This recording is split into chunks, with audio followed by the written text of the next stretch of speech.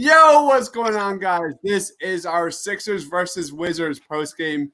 Thank you, everybody here for joining. Make sure you like, make sure you comment, make sure you subscribe. Today, we are breaking down our top takeaways and points and players of the game for the Sixers. The Sixers got the W 113-107, moved to 1-0 on the season. And joining us today is the voice of the people. You know him on Twitter at Philly_Manis. What's going on, Rob? My first Christmas wish has come true, and it's a win that I can celebrate and not have to debate with anybody over who a starting quarterback should be. I'm happy right now, Crit Dibes.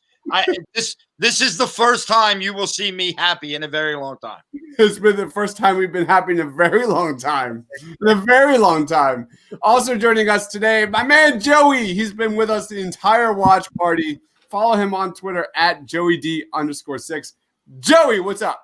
My blood pressure is through the roof, so that must mean that the Sixers played a game. So I'm feeling good. What's up? Man, that was wild. That was wild. And also joining us today is my man Justin. I'm going to get this right, Justin. At J_Persichetti. Yeah! There you go. Moving up in the world.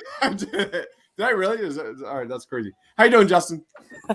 I'm doing all right. I mean, I just enjoyed that game, to be honest. Although nail biters can be taxing on your heart, they are fun to watch. So, man, isn't it good to have basketball back? Oh my God, yeah. Isn't it good? And that then the game took years off my lifespan. So. Game 1 of 72, man. It's going to be a fun year for you. And then we've got my man Tiago at T-Scabia. Dude, what is up, Tiago? Man, for a while there, I thought we were not going to be able to land the plane, man. It looked scary there. I never thought I would say push Shake Milton in the game, but here we are, man. Yes. This is awesome. I do want to point out with that, I do want to point out earlier in this live stream, I came on here during halftime and said, I do think Shake Milton's going to be on the court at the end of games. Yeah. I did say that. Yep. And I think Danny Green's minus 26 on the night might have played into it. Oh my God. Rob, this was a terrible night for the Tar Heel brand. Yeah, the Tar Heel brand. Listen, Bradley's boys, stay with me. All right? Just one night. We'll be okay. We're going to make it through. Tell NBA.com to stop trying to charge me $40 to custom make my Tony Bradley. I will put in for that, absolutely. Steven says Danny Green, Seth Curry, 1 from 9 from 3, and you still won. What a sloppy game from the starting lineup. Mark says we got 2 of our answers tonight. Shake Milton playing in the final 5 minutes, and the offense goes through Embiid. Carlos says, I am hype. Maxie says Maxie and Dwight, a real bench for the first time in forever. I'm going to throw it to Rob. Rob, what's one of your takeaways from this win? Well, one of my takeaways is we all kind of sat here and thought, how is Joel going to play in an offense with Doc Rivers? And you saw it. Joel Embiid, barring health, will be in the MVP talk this year.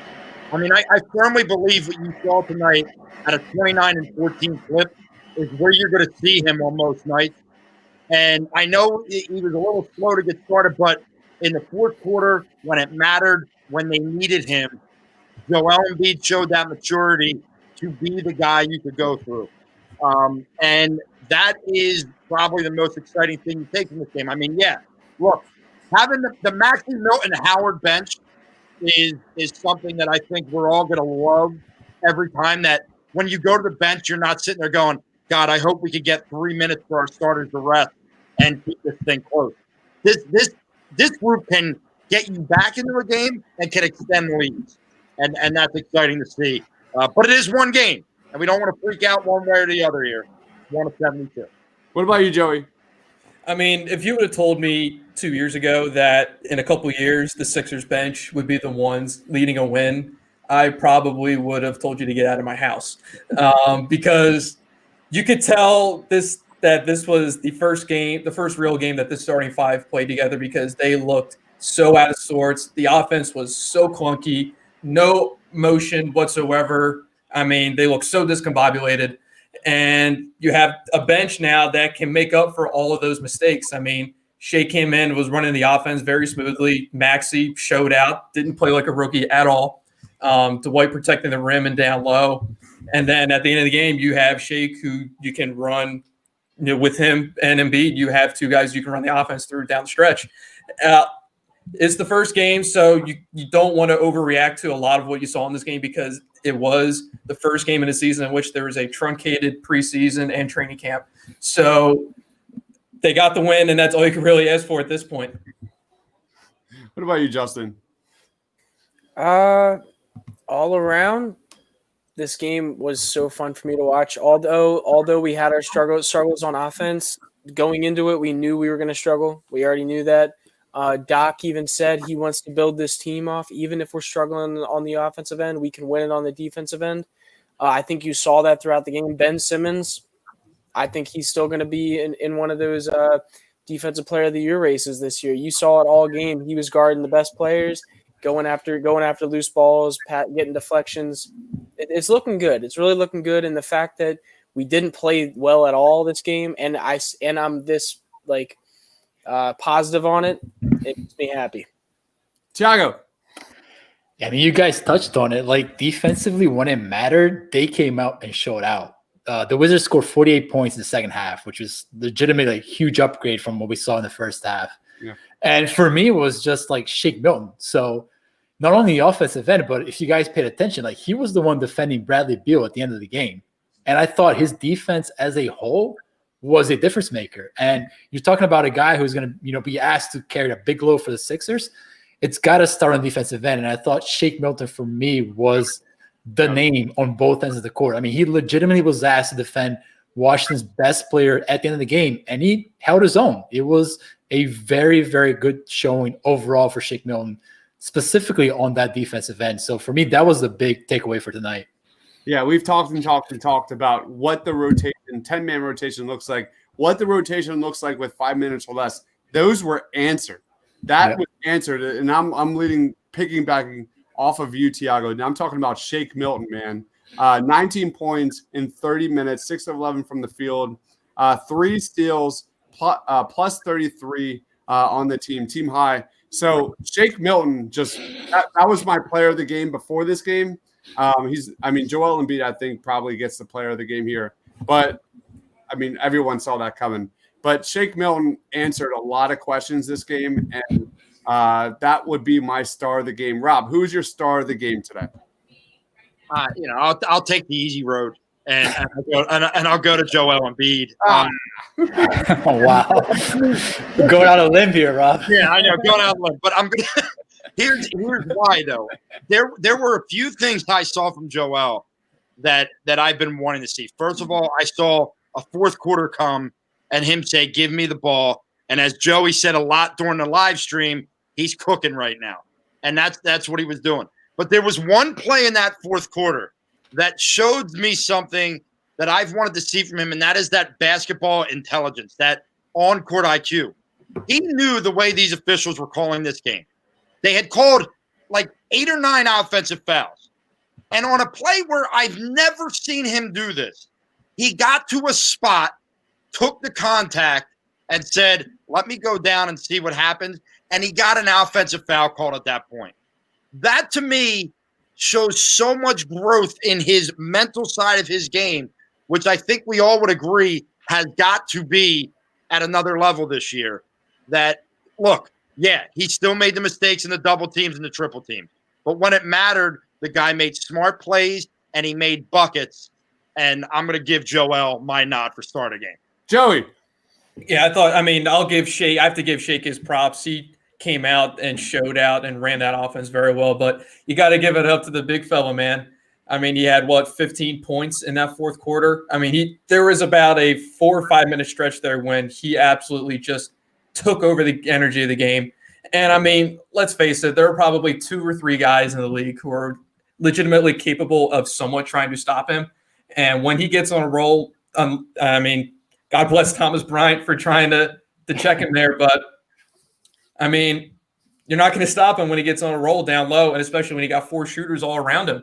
So, I mean, that's the formula right there. Just when he's cooking, just run a one in, 4 out lineup around him and just let him cook. And that's exactly what they did. And they now have the personnel to be able to do that too. So you got to give it up to Joel because he absolutely took over that game. Justin. Tobias Harris. Why do you got to go there right now? Not bad. Being Maxwell, the guy that can't make a wide open corner 3. What the hell is happening? All right. But in all reality, MVP of the game, obviously Joel Embiid. I think you got to give a lot of credit also, even though he didn't show up around the perimeter. He showed up in a lot of big moments. Seth Curry at the end of the game hit some floaters, had some good passes. I think he deserves some credit with this. What about you, Tiago? I mean, listen, he's not the player of the game, but I thought Dwight Howard, when he was in there, he was absolutely solid. He had 10 rebounds in 13 minutes, I think it was? Yeah, 13 minutes. I mean, that's big time and a big presence on the offensive glass, setting like really good screens for Shake and that group. And I thought that Ben's defense in the second half was a difference maker. I mean, he had 3 blocks. He was all over the place, deflecting balls, creating steals, creating easy opportunities for the Sixers. So I thought those 2 guys, obviously they were not the players of the game compared to Joel Embiid, but I thought they were fantastic on both ends. And just add to that real quick. Whenever Dwight makes a great play, I just think, man, we got Dwight Howard as Joel Embiid's backup. And I can't get over the fact that they actually have a legitimate backup behind Joel Embiid. For like $1 million. I couldn't believe that. That's incredible. And not $108 million. Exactly. All right, let's talk a little bit about the starting lineup because I think that's what a lot of people are going to be talking about. They're sloppy. They're sluggish.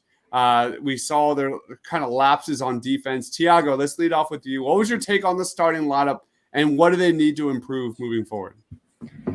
Yeah, I mean, for me, you guys can talk about the offensive end. I'm a big stickler for defense, and I think that with Seth Curry and Danny Green, what stood out for me is that there's just not enough speed there to chase guys like Bradley Beal off screens, and I think that's something the Sixers are gonna have to consider moving forward. I think it's tough to have a starting lineup where you have both Seth Curry and Danny Green, and again, Shake did great tonight, but perhaps they want to look at changing that dynamic because on defense, it was ugly in that first half. I mean, when they came on the court, it was very easy for Washington to get whatever they wanted, specifically Bradley Beal. So, offensively, there's a lot of clunkiness, but I think defensively, they can really improve by just making a couple quick adjustments to the starting lineup. There were some positives, though. There were some positives with the Seth Curry, Joel Embiid, getting Ben open shots, cutting to the basket. That last play there where he was just wide open. I don't know if that's credit to Doc Rivers. I don't know what that was. We're going to watch it tomorrow. Justin, what was your take on the starting lineup and why were they so clunky? Clunky? I think it's honestly has more to do with it being the first game of the season than anything else. It's a complete new system, complete new teammates. I think it was bound to happen, honestly. That's my thought on it. Yeah. Joey?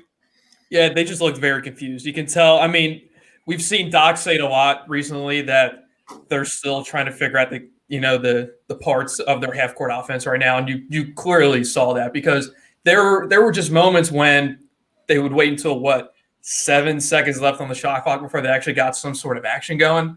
So you can tell that they were very confused, sort of lost on what they're actually going to be doing in any given possession. So they just have to fine tune what exactly what set plays they're going to be running any given time down the court because they have the tools to be able to make Joel and Ben work in a starting 5. So it is just a matter of working through that in practice and getting the reps in. Because this is a new squad in a shortened, lead up to the season. Voice of the people, walk people off the ledge about the starting lineup. Well, first of all, and Dives, you alluded to it. That play at the end was the beauty of a Doc Rivers coach team and the offensive system they have. That I understand that it was a lapse on the defensive end, but it was a lapse that play call created. Yep. Because as you have Seth come off of that dribble handoff and attack downhill, you have a choice to make as that back defender. Yep. You step up to make sure he doesn't have his mid-range. But once you do that, if you don't have the rotation the right way, you get exactly what happens. And that's Ben Simmons standing by himself under the basket, which is something we should never, ever say if you're an opposing team. So you saw the beauty of Doc Rivers in this game on multiple levels. I happen to love the fact that he let these guys play through it in the end of the first half, and he didn't call a timeout. Because the way for Doc, it's a marathon, not a sprint. And he sees this as game 1 of 72. Hey, they're in adversity. I got to see how this group plays with adversity. And he put it on them that way. And then for them to come back, whether it was bench guys, Joel, whoever it was, shows you that there's a mental toughness that this team has lacked for the last couple of years. Yeah. So, yeah, look, there are things to work on. And I honestly think what you're going to see, like if you have to choose between Danny and Seth, I think Danny becomes more of a bench player. I like Seth in a starter's role, but once again, I'm more concerned about who's finishing games. I just think Seth gives you a little bit more right now and it's not a knock on Danny. It's just he's at that point of his career where he makes for a much better bench presence, I think. So you'll have to make decisions down the line there. But all in all, what you saw tonight in a rough game was the genius and beauty of Doc Rivers. And it's hard for me to talk about coaching being the beauty here because you all know where I stood. Like I was a Brett guy, man. I died with him. But I always said if they can get a coach that excites me, I'll forget about Brett pretty quickly. I don't know who Brett is anymore after what I watched Doc do tonight. Oh, yeah. I mean, I'll be honest though. There were definitely moments there where I could see that Sixers Twitter wanted to throw him off a ledge. Yeah, they're ripping him for the not calling a timeout. But once again, this was a situation of new system, game 1. Let me see how these guys handle it. Who are the guys I could trust when this happens? I thought it was a good move. RELAX, relax. Yeah. Yes. One point on that, though, because I think Rob brings up an interesting point. Like, how many times in Brett Brown's tenure did we see Ben Simmons just hide in dunker spot with the game on the line? Mm-hmm. And tonight, Doc was like, listen, you're not going to hide. We're going to run a play, and you're going to sneak behind the defense, and you're going to take the ball and score. It was an easy look, but the overarching point here is that you're not going to just sit in the corner and watch the offense go to work. Mm-hmm. And I thought that is Doc's way of saying, listen, you're a star. Yeah, you're limiting your offensive game, but go help us win the game. Yeah. And I thought that in Brett's tenure, specifically towards the end, it became very easy for Ben Simmons just to hide offensively when the game was in the line. So I think the best way to see that even more is by in a situation like that, Brett usually will go to Joel in the post just about every time, which is great. But the creative play, like you were saying, that Doc came up with, just catches people off guard when all of a sudden you have Joel's gravity with pulling in to Russell Westbrook and Bryant coming at him, and then Ben gets open at the rim. So I think it shows the creativeness in Rivers even more in that sense. Just real quick, I'm just scrolling through Twitter right now. It looks like Ben and Dwight are out on the court right now getting shots up together. Nice. You love to see it. Love to see it. Getting a lot of comments about Brett Brown in these last 5 minutes. So let's go on to grades. How would you grade this game for the Philadelphia 76ers? What a weird game. 40-some points from the bench. When's the last time that happened? Tiago, how would you grade the Sixers' performance tonight? I would give it a solid B-, C+. I think obviously there's huge movements to make offensively, but again, the Wizards are a playoff team. I see this as a 7th, 8th seed type of team. So for the Sixers to come in, fall behind, and kind of push their way through here in the first game of the season, I thought it was impressive. I thought their resolve was impressive. I thought their ability to win defensively was impressive. I still think that's going to be their DNA this year. And, that to me earns a B-. I think that, that's a good start for them. What about you, Justin?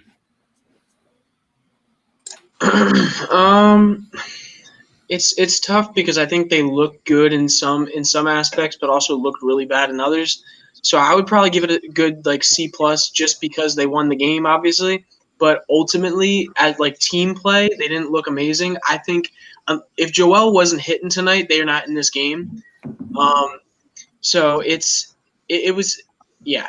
I think ultimately the offense needs to get better. I think that'll come with time though. But they won, so that's what matters. Joey. Yeah, I'm giving it a B because, like Justin just said, they given all these struggles, they still got the win. So you have to give them a B for that. The fact they got the win. I mean, the bench looked. I mean, obviously the bench showed out tonight. Shake showed out, Joel showed out, but there are a lot of things they have to shore up offensively and defensively with that starting five. But still B because it's a dub either way. Rob? Yeah, I'm going to go with Tiago. I think a B minus. It wasn't pretty at times, but you saw mental toughness in this group, which is something you would hope for, and you saw them face adversity head on, and you saw your star, your guy who's supposed to be your superstar, in Joel Embiid, take over a game in the fourth quarter. And I think all in all, because of that, and because you won, and it's not like you're beating the Washington Wizards of the past who were a terrible basketball team. That's a playoff basketball team. Yeah. Is going, in my opinion, is going to make the playoffs. So for you to come back and do it against them, like, you don't need to beat this team by 30 for me to be impressed by you. I'm impressed that you were able to fight your way back when there was a lid on your basket for a long time. So I'll give them a B minus, B, that range. Awesome. Yeah, that's what we have to emphasize that too. I mean, this is not the Washington team from last year. This is a solid team that will be contending for a playing tournament game. So they are a solid team, and they're no pushovers. So you have to give them that. And let's go back to like last year. How many times did they just collapse when things went bad, right? Yeah. So you're down 13 and it becomes 26, and then you're out of the game. And that's the resolve that we're all talking about. Like this team, you can see the makeup be different than what we saw last year. Yep. All right. Let's finish with plugs. Tiago, you're up, man. I'm going to do a full breakdown of Shake Milton's defense tonight because I was very impressed, man. I was excited about that. So I'm going to look out for that. I'm definitely excited for what I saw from him. What about you, Justin? If you want, go follow me on Twitter at J_Persichetti. Dibes got it right today. Yay! So, I mean, he's up there. He's up there. So, yeah, go follow me on there. Go follow the Painted Lines on Twitter. Like and subscribe to this video. We're posting all kinds of Sixers stuff on here. So, keep coming. We're going to be here. Joey? Yeah, you can follow me at JoeyD_6 on Twitter or not. I have a couple of days ago, I posted an article making all my awards predictions for the season. Go check that out. And I'm going to be writing a lot more now that I have some time off from grad school. So I'm just going to be writing about the general NBA as a whole. I will let Austin and Jason handle a lot of that Sixers coverage because they're absolutely killing it with that stuff. But yeah, go give me a follow or not. Voice of the people. All right, you can follow me at Philly_Madness. I am planning a Christmas Eve recording tomorrow of my Christmas wish list for the Philadelphia sports scene. And where I was a voice of optimism tonight, you can expect me to be a voice of negativity on that recording tomorrow. I'm going to be calling for quite a few jobs. I'm going to be calling for quite a few heads in the analyst department. I have quite a few things in mind, but I will be in a onesie and my ugly Christmas sweater maybe on top of my onesie. Haven't really decided what the wardrobe's going to be tomorrow, so be prepared for that. And then I guess I'll be on the Sunday live stream to watch that stupid ass team play. But Rob, they're going to make the playoffs. That's my God, man. They're going to pump the brakes. That would be terrible. We don't want them to make the playoffs. Washington, do your job this week. Win your game and be the NFC's champion for the love of Jesus himself. No, tank for Devontae. Tank for Devontae. When Jesus was born, do it for him, Washington football team. Do it for him. Rob, I have a quick question for Rob. Is one of your Christmas wish lists going to be Tobias Harris going to the Rockets for James Harden? If I could fit him on the list. I have a really lengthy list right now. There are a lot of asshats that I need to get fired in this town, so I got to put them on the list first. and then we'll see if Tobias makes it after tonight. Tonight was not a strong night for the Tobias Harris plan. No, it wasn't. All right, I just want to say thank you, everybody here, for watching, commenting. Please be sure to like. Please be sure to subscribe. Check us out on Twitter at The Painted Lines and on Instagram and on Facebook. Thank you to everybody here. And I guess stay awesome. Stay solid. Stay solid. Find us.